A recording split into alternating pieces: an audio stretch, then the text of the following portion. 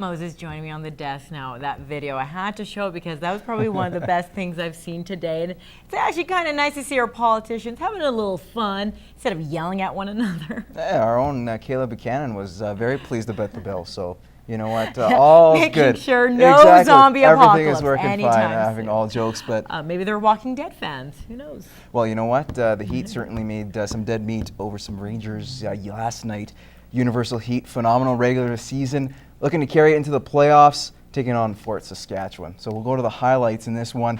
The Heat finished the season 27 points ahead of the Rangers in the regular season, and they showed why early on. Captain Cale Clegg will score on the first shift, just 21 seconds in, an absolute rocket from the blue line, and you know what? That needs a nice celebration for the boys. There they are.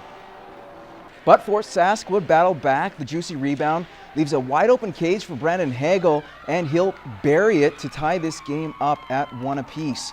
Same frame, more Heat struggles on the back end, but the visitors would fire wide.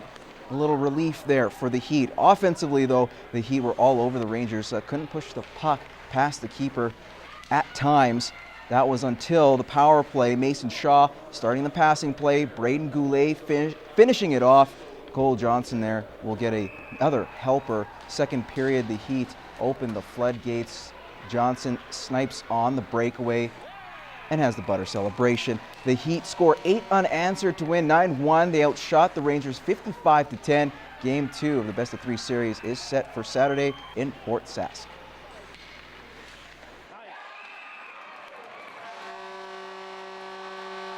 We've set out to play our game, and the guys were ready to go right from the drop of the puck. I think we elevated our intensity level to where it needed to be early, and we've preached all year that the score doesn't dictate the way we play. We play for the next goal all the time, and I thought our guys did a good job of staying focused and continuing to work hard even though we were up. The Rustlers men's basketball team are preparing for their final 2 games in the regular season this weekend. As Matt Schumont tells us, after a pair of emotional wins the week before, the team is starting to peak at the right time. With their season hanging in the balance, the Rustlers walked out of Keano with a pair of wins, and none bigger than Friday's tilt with Kadeem Willis hitting a buzzer beater after the team trailed by 8 heading into the 4th quarter. Fort McMurray's crowd was really into it, and I mean, coming up with that win on Friday night's game was really huge for us. And the fact that we can take these 2 games and build into next weekend, if we can get 2 this weekend, we've got the momentum that we need going into playoffs, and we can even have the ability to host a playoff spot. The wins clinched a playoff spot for the Rustlers. However, the team knows they can't lose the momentum they've gained, winning 6 of their last 7 games. I think the biggest thing about this weekend for all the teams is keeping that momentum. So if teams that have been winning, they don't want to have an off weekend and go into playoffs sort of with a sour note. So we're the same way. We want to go in and play well against Concordia, come away with 2 wins and keep the momentum going into playoffs. I think that's really important that you don't misstep at this point in the year because it's a setback. So I've been thinking about this all season. After coming off that 20-0 loss in playoffs last year, we're starting to gain momentum at the right time. We haven't plateaued yet, and I'm feeling going into this weekend we're going to have a strong showing, and going right into playoffs we're just going to keep it rolling all the way, and we have a chance to make it all the way to nationals if we follow through and carry on what we're doing. Minor injuries have started taking their toll on the team, leaving head coach Tom Grote no option but to give his players an extra day of rest, considering the biggest stretch of the season is a week away. It's a good time to give the guys a day off on Monday.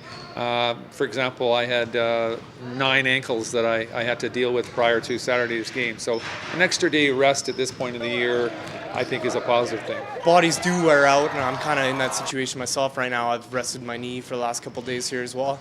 But that comes with the territory, and I mean, heading into playoffs, if we can have guys in the best shape possible, that's all we can ask.